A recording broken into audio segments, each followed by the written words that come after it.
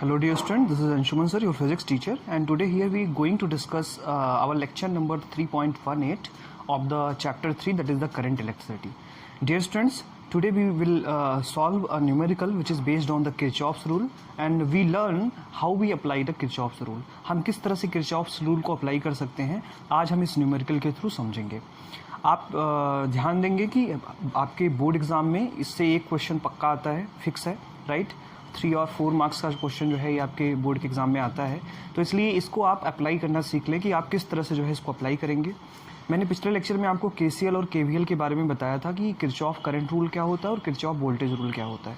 तो जब भी कोई भी न्यूमेरिकल आप सॉल्व करते हैं तो सबसे पहले आप किरचॉफ करंट रूल अप्लाई करते हैं. After that you apply the Kirchhoff voltage rule. तो डियर स्टूडेंट्स, आज हम इस न्यूमेरिकल के थ्रू समझेंगे कि किस तरह से जो है हम किसी भी कॉम्प्लिकेटेड सर्किट को किरचॉफ रूल की हेल्प से सॉल्व कर सकते हैं. तो चलिए देखते हैं. ये हमारे पास सर्किट है, इस सर्किट को हम जो है यहाँ पे देखेंगे, इसको हमें सॉल्व करना है और इसमें हमें क्या करना है, करंट बतानी है कि इसमें करंट कितनी फ्लो होगी जितने भी ब्रांचेज हैं. तो सबसे पहले मैं आपको ब्रांच और जंक्शन को समझा देता हूँ. तो यहाँ पे आप ध्यान से देखेंगे कि मैंने आपको बताया था कि ये पॉइंट देखिए, आप पॉइंट सी पर देखिए, इधर से भी लाइन आ रही है, इधर से भी लाइन आ रही है, उधर एक लाइन जा रही है. इसका मतलब यहाँ पर एक जंक्शन का फॉर्मेशन होगा, तो सी पॉइंट जंक्शन हो गया. इसी तरीके से ये वाला पॉइंट भी जंक्शन हो जाएगा, इस तरीके से ये वाला पॉइंट भी जंक्शन हो जाएगा और इसी तरीके से ये वाला पॉइंट भी जंक्शन हो जाएगा. ठीक है, एक जंक्शन से दूसरे जंक्शन के बीच की जो डिस्टेंस है इसे कहते हैं ब्रांच, राइट. ये क्या है, मतलब ए और सी क्या है, एक ब्रांच है. O और C क्या है, एक ब्रांच है. B और C क्या है, एक ब्रांच है. इसी तरीके से A से लेकर के B तक क्या है, एक ब्रांच है. ठीक है, OB क्या है, एक ब्रांच है. AO क्या है, एक ब्रांच है. तो इस तरह से ब्रांच और जंक्शन में आइडेंटिफिकेशन आपको आना चाहिए कि किस तरह से आप डिस्टिंग्विश कर सकते हैं कि ब्रांचेस क्या होती हैं और जो है जंक्शंस क्या होते हैं. तो यहाँ पे कितने जंक्शंस हैं, 1 2 3 4. तो there are 4 junctions here, right. A O B C are the junction. ये सभी क्या है, जंक्शन है. इसका मतलब क्या है, यहाँ पे करंट डिवाइड होगी या तो क्या हो जाएगी, सम हो जाएगी. मतलब यहाँ पे आप जंक्शन रूल लगा सकते हैं, राइट. और अगर मैं कहूँ कि इसमें कितने क्लोज लूप हैं, तो आप देख रहे हैं कि अगर मैं यहाँ से चलना स्टार्ट करता हूँ इस जंक्शन से, ऐसे जा करके फिर ऐसे जा करके फिर यहाँ पे आ जाता हूँ, तो ये फर्स्ट लूप बन जाता है. इसी तरीके से यहाँ से मैं चलता हूँ तो यहाँ से आने के बाद, ऐसे आने के बाद ये दूसरा लूप बन जाता है. इसी तरीके से यहाँ से आकर के मैं यहाँ से आऊँ तो ये तीसरा लूप बन जाता है. तो इसमें टोटल कितने लूप हैं, कितने क्लोज लूप हैं, 3 लूप्स हैं. और कितने जंक्शंस हैं, 4 जंक्शंस हैं, राइट. ब्रांचेज आप देख ही रहे हैं, एक जंक्शन से दूसरे जंक्शन के बीच की जो डिस्टेंस है उसे आप क्या कहते हो, ब्रांच कहते हो. तो ये ब्रांच है. और एक मैंने इंपॉर्टेंट बात पिछले वाले लेक्चर में बताया था कि किसी एक ब्रांच में केवल एक ही तरह की करंट क्या होती है, फ्लो होती है. ठीक है, किसी क्लोज लूप में अलग अलग करंट्स हो सकती हैं, लेकिन किसी एक ब्रांच में, जैसे मान लीजिए ये ए और सी है, तो इसमें जो करंट होगी वो एक ही तरह की करंट होगी. ठीक है, अभी यहाँ पे जब हम केसीएल अप्लाई करेंगे तो आपके समझ में आ जाएगा. तो इसका सोल्यूशन देखते हैं. Let me solve the solution. तो फर्स्ट स्टेप में क्या होगा, स्टेप फर्स्ट आपका क्या होगा, that is apply KCL, right. सबसे पहला क्या काम करेंगे, आप केसीएल करेंगे. तो ये जो आपके पास सर्किट है इसमें आप केसीएल अप्लाई करेंगे. तो सबसे पहला स्टेप मैंने आपको क्या बताया था कि इस सर्किट में देखिए कि सबसे बड़ी बैटरी कौन सी है. तो मैं देखता हूँ कि ये बैटरी एक यहाँ पर लगी हुई है, एक सोर्स यहाँ पे लगा हुआ है. ये 5 वोल्ट का सोर्स है और ये जो है 10 वोल्ट का सोर्स है. इसका मतलब 10 वोल्ट की एनर्जी ज़्यादा है तो करंट का फ्लो यहाँ से स्टार्ट होगा, करंट की डायरेक्शन यहाँ से स्टार्ट होगी. आइदर आप यहाँ से भी डिस्ट्रीब्यूट कर सकते हो, लेकिन जो एक टर्म है वो ये है कि आप एक बड़ी बैटरी से ही शुरुआत करिए. जो लॉजिक है फिजिक्स में उसको आप पकड़िए और वहाँ से जो है उसको अप्लाई करिए. तो अब देखिए यहाँ पे हमारे पास 10 वोल्ट की बैटरी है, तो यहाँ से हम करंट का डिस्ट्रीब्यूशन करते हैं. मान लेते हैं कि इसमें करंट कितनी फ्लो हो रही है, आई करंट फ्लो हो रही है. ठीक है, इसमें कितनी करंट फ्लो हो रही है, आई करंट फ्लो हो रही है, राइट. तो आई करंट फ्लो हो रही है तो यहाँ पर भी देखिए, ठीक है, इस पूरी ब्रांच में मतलब O और C में मान लेते हैं कि कितनी करंट फ्लो हो रही है, आई करंट फ्लो हो रही है. ठीक है, अब ये पॉइंट आप देखिए, ये जंक्शन, अब इस जंक्शन में करंट क्या होगी, डेविएट होगी. अब ये अपने अकॉर्डिंग क्या करना है, आपको चूज करना है. ठीक है, और एक बात याद रखनी है कि ये जो वेरिएबल्स है, वेरिएबल का मतलब I1 I2 I3 की वैल्यू जो आप मान रहे हो उसे कम से कम आपको मानना है ना. मतलब आप वेरिएबल कम रखोगे तो इक्वेशंस भी कम मिलेंगे और उसको सॉल्व करने में आपको आसानी होगी. ठीक है, अगर मान लो कि इसमें आपने I2 मान लिया, इसमें I3 मान लिया, तो आपके पास 3 वेरिएबल्स हो गए. इस तरीके से यहाँ पर भी आपको एज्यूम करना पड़ेगा, तो आपके लिए बहुत कॉम्प्लिकेटेड इक्वेशन हो जाएगा. तो आपको कुछ इस तरह से सॉल्व करना है. मान लेते हैं कि ये इसमें अगर इस बैटरी से आई करंट जा रही है, तो यहाँ पर इस जंक्शन पे आने के बाद मान लेते हैं कि इसमें इधर की तरफ I1 करंट जा रही है. ठीक है, कितनी करंट जा रही है, I1 करंट. ये बात समझ में आई, यहाँ पे I1 करंट जा रही है. तो अगर इसमें I1 करंट जा रही है तो इसमें कितनी जा रही होगी, I minus I1, I hope ये बात आपको क्लियर हो गई होगी, ठीक है। अगर ये जंक्शन है तो इधर से आई करंट आ रही है और करंट डेविएट हो रही है, I1 करंट इसमें चली गई तो बची हुई करंट इसमें जाएगी ना, तो अब ये कितने करंट जाएगी, I माइनस I1, ठीक है। तो देखिए हमने इसको केवल 2 ही वेरिएबल में इसको हमने रिजॉल्व कर लिया। अब ये करंट यहाँ पे आगे आएगी। अब यहाँ से आप इसको सॉल्व करना स्टार्ट करें। यहाँ से करंट आती है, मान लेते हैं यहाँ से ये I करंट ऐसे आ रही है, I1 करंट। अब ये जंक्शन पे आने के बाद फिर से ये डेविएट होगी, राइट। तो मान लेते हैं कि इधर की तरफ कितनी करंट जा रही है, I2 करंट। ये बात ध्यान से समझिए, इसमें कितनी करंट जा रही है, I2 करंट जा रही है। अब आपको इस बैटरी को ध्यान नहीं रखना है, आपने डायरेक्शन ऐसी मानी है तो I2 करंट इधर की तरफ जा रही है। तो अगर I2 करंट इसमें जा रही है तो इसमें कितनी जा रही होगी, इसमें जा रही होगी I1 minus I2, I1 minus I2, ठीक है। क्योंकि इधर से कितनी करंट आ रही थी, I1 करंट आ रही थी, ठीक है। और इधर I2 चली गई तो इधर कितनी जाएगी, I1 माइनस I2, ठीक है। ये बात आई होप क्लियर हो गया होगा आपको, ठीक है। अब ये वाला जंक्शन देखिए, अब ये I2 करंट इस पूरी ब्रांच में यहाँ तक ऐसे आएगी, ठीक है।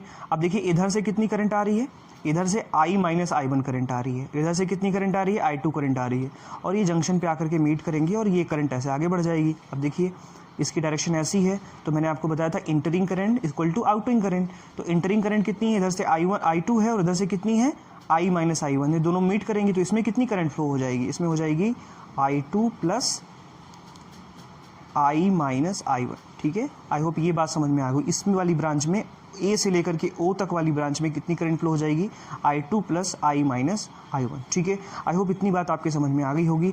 अब देखिए, अब आपको चेक करने का तरीका क्या है, चेक कैसे आप करोगे, ठीक है। देखिए आपने करंट का डिस्ट्रीब्यूशन यहाँ से स्टार्ट किया था ना, यहाँ से आपने करंट का डिस्ट्रीब्यूशन स्टार्ट किया था। ये I करंट ऐसे आने जाइए, मतलब यहाँ से निकली थी, I करंट यहाँ से डिस्ट्रीब्यूट हुई थी सोर्स से, तो यहाँ पर भी I ही करंट होगी पूरी ब्रांच, मतलब O और C में। अब देखिए इधर से कितनी करंट आ रही है, I माइनस I1। अगर मैं यहाँ से चेक करना चाहूँ तो मैं लिख सकता हूँ इधर से I माइनस I2, और इधर देखिए कितनी करंट आ रही है, I2 plus I minus I1।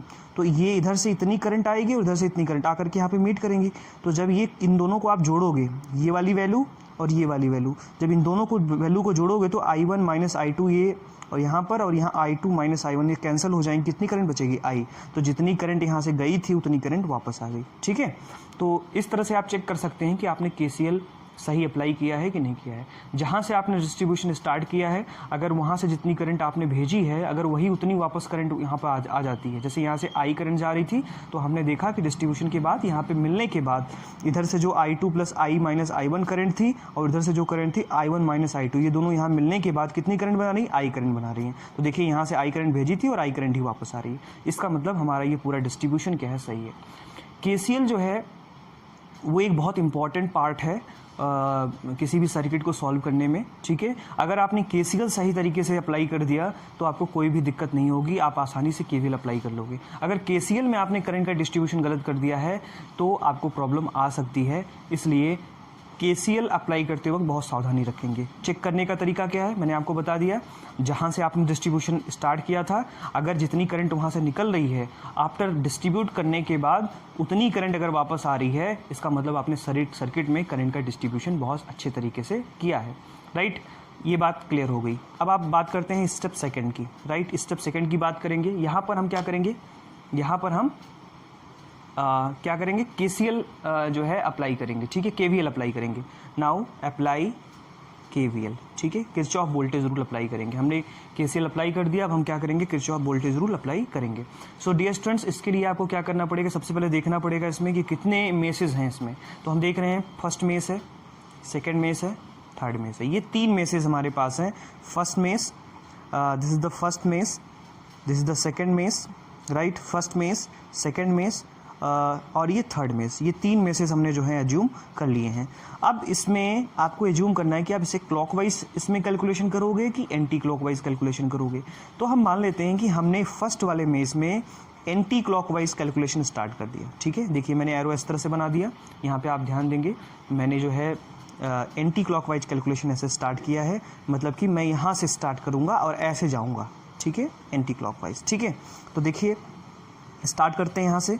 तो सबसे पहले हम क्या करते हैं, मेस फर्स्ट में, फॉर मेस फर्स्ट या लूप फर्स्ट, ठीक है। फर्स्ट लूप के लिए क्या करते हैं, हम इसको अप्लाई करते हैं। तो देखिए पहले मेस के लिए जब हम अप्लाई करेंगे तो क्या होगा, देखिए यहाँ से हम स्टार्ट करते हैं। तो देखिए यहाँ से स्टार्ट करिए, आप ऐसे जाइए और ऐसे, ठीक है। किसी एक जंक्शन से आप कहीं से भी स्टार्ट कर सकते हो, उसमें कोई दिक्कत नहीं है। आप चाहे तो यहाँ से स्टार्ट कर लें, चाहे यहाँ से स्टार्ट कर लें, चाहे यहाँ से स्टार्ट कर लें। आप किसी भी जंक्शन से स्टार्ट करें और कैलकुलेशन स्टार्ट कर दें। हमें एंटी क्लॉकवाइज चलना है तो हम यहाँ से स्टार्ट करते हैं। करंट की डायरेक्शन में अगर कैलकुलेशन करेंगे तो वैल्यू क्या होगी, पॉजिटिव होगी। करंट के अपोजिट में जाएंगे तो वैल्यू क्या हो जाएगी, नेगेटिव हो जाएगी। बैटरी के केस में जो प्लेट पहले आएगी उसका साइन आप लगा दोगे। तो चलिए देखते हैं इसको। हम यहाँ से स्टार्ट करते हैं ओ पॉइंट से, तो यहाँ से जब चलते हैं तो इसमें करंट आई फ्लो हो रही है, रेजिस्टेंस कितना है 1 ओम है। तो मल्टीप्लाई करोगे तो वोल्टेज ड्रॉप कितना हो जाएगा, V = IR होता है, तो यहाँ से I × 1 हो जाएगा, तो कितना आ जाएगा, I आ जाएगा। ठीक है, यहाँ पे देखिए पहले कौन सी प्लेट आ रही है, नेगेटिव प्लेट आ रही है, तो यहाँ पे माइनस कितना वोल्टेज है 10 वोल्ट। ठीक है, आगे चलते हैं, यहाँ पर आ गए, यहाँ पे ऐसे जा रहे हैं, करंट की डायरेक्शन में जा रहे हैं। अब देखिए रेजिस्टेंस 4 ओम है, करंट कितनी फ्लो हो रही है, I - I1, तो +4 × I - I1। ठीक है, रेजिस्टेंस मल्टीप्लाइड बाई करंट क्या मिल जाएगा आपको, वोल्टेज ड्रॉप मिल जाएगा। यहाँ पे आए, यहाँ पे आने के बाद फिर इधर आए तो करंट की डायरेक्शन में जा रहे हैं, रेजिस्टेंस कितना है 2 ओम, करंट है I2 + I - I1, तो यहाँ पे फिर से प्लस हो जाएगा क्योंकि करंट की डायरेक्शन में जा रहे हो इसलिए value +2 multiplied by I2 + I - I1। ठीक है, तो ये आपके पास वैल्यू आ गई। ठीक है, अब इसको आप इस ब्रैकेट को ओपन कर लीजिए और जब ब्रैकेट को ओपन आप करोगे, इसको रिजॉल्व करोगे तो जो वैल्यू आएगी वो आ जाएगी आपके पास 7I - 6I1 + 2I2 = आ जाएगा +10। ये हो गया इक्वेशन नंबर फर्स्ट। ये हमने फर्स्ट मेस में अप्लाई किया और हमारे पास पहला इक्वेशन हमें मिल गया। इसी तरीके से हम सेकेंड और थर्ड मेस के लिए भी क्या करेंगे, वैल्यूज़ को अप्लाई करेंगे और सॉल्व करेंगे। तो चलिए देख लेते हैं। For second mess, second mess के लिए क्या करते हैं हम कि जो है KVL अप्लाई करते हैं। तो सेकेंड मेस के लिए हम क्या करते हैं, देखिए सेकेंड मेस का आपका कहाँ है, कहाँ आपने एज्यूम किया, ये वाला एज्यूम किया है। ठीक है, इसको आप क्या करोगे, इसको भी आप क्या कर लो, इसको आप क्लॉकवाइज एज्यूम कर लो। इसको आप क्या करो, इसको जो है क्लॉकवाइज या एंटी क्लॉकवाइज जो भी आपके दिमाग में आ रहा है आप उसके अकॉर्डिंग क्या कर सकते हैं, इसको अप्लाई कर सकते हैं। ठीक है, तो चलिए देखते हैं सेकेंड मेस में कैसे जो है हम अप्लाई करेंगे इसको। ठीक है, तो ये देखिए यहाँ से जो है सेकेंड मेस के लिए हम स्टार्ट कर देते हैं। ठीक है, तो फॉर सेकेंड मेस यहाँ से देखिए हम स्टार्ट करते हैं, यहाँ से लाइकवाइज। तो यहाँ पे हम क्या करते हैं, ऐसे एंटी क्लॉकवाइज ही इसमें भी क्या कर लेते हैं, एज्यूम कर लेते हैं। हालांकि आप इसे क्लॉकवाइज भी मान सकते हो, है ना। क्लॉकवाइज और एंटी क्लॉकवाइज मानने में बस यही हो जाता है कि अगर आपने डायरेक्शन उल्टी मानी तो लास्ट में वैल्यू नेगेटिव आ जाएगी, तो आप समझ जाओगे कि आपने डायरेक्शन उल्टी मानी है। ठीक है, तो उसमें कोई बहुत ज़्यादा अंतर नहीं आएगा। आप बस इतना समझिए कि आप जो है इसको क्लॉकवाइज मान सकते हो या एंटी क्लॉकवाइज। क्लॉकवाइज का मतलब आप घड़ी की उल्टी दिशा में चलोगे, और अगर आपने क्लॉकवाइज का मतलब घड़ी के साथ की दिशा में चलोगे, अगर एंटी क्लॉकवाइज माना है तो घड़ी की उल्टी दिशा में। तो हम यहाँ से स्टार्ट करते हैं पॉइंट बी से। तो ऐसे जाते हैं, इसमें करंट कितना है I1 और इसका रेजिस्टेंस कितना है 4, तो ये हो गया 4। इस क्योंकि अपोजिट डायरेक्शन में इसलिए यहाँ पे क्या हो जाएगा, अपोजिट डायरेक्शन में है तो इसलिए वैल्यू क्या हो जाएगी, नेगेटिव हो जाएगी। ठीक है, ठीक है, यहाँ पे अपोजिट डायरेक्शन में आप ले रहे हो इसलिए वैल्यू नेगेटिव हो जाएगी।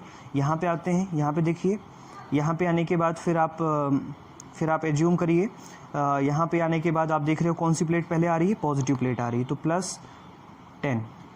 ठीक है, और फिर यहाँ पे देखिए करंट की डायरेक्शन उल्टी और रेजिस्टेंस ये है, तो ये हो जाएगा -I, क्योंकि रेजिस्टेंस 1 है तो मल्टीप्लाई कर दोगे। यहाँ पे आओगे, फिर से आप रिवर्स डायरेक्शन में जा रहे हो, तो यहाँ पे फिर आ जाएगा माइनस।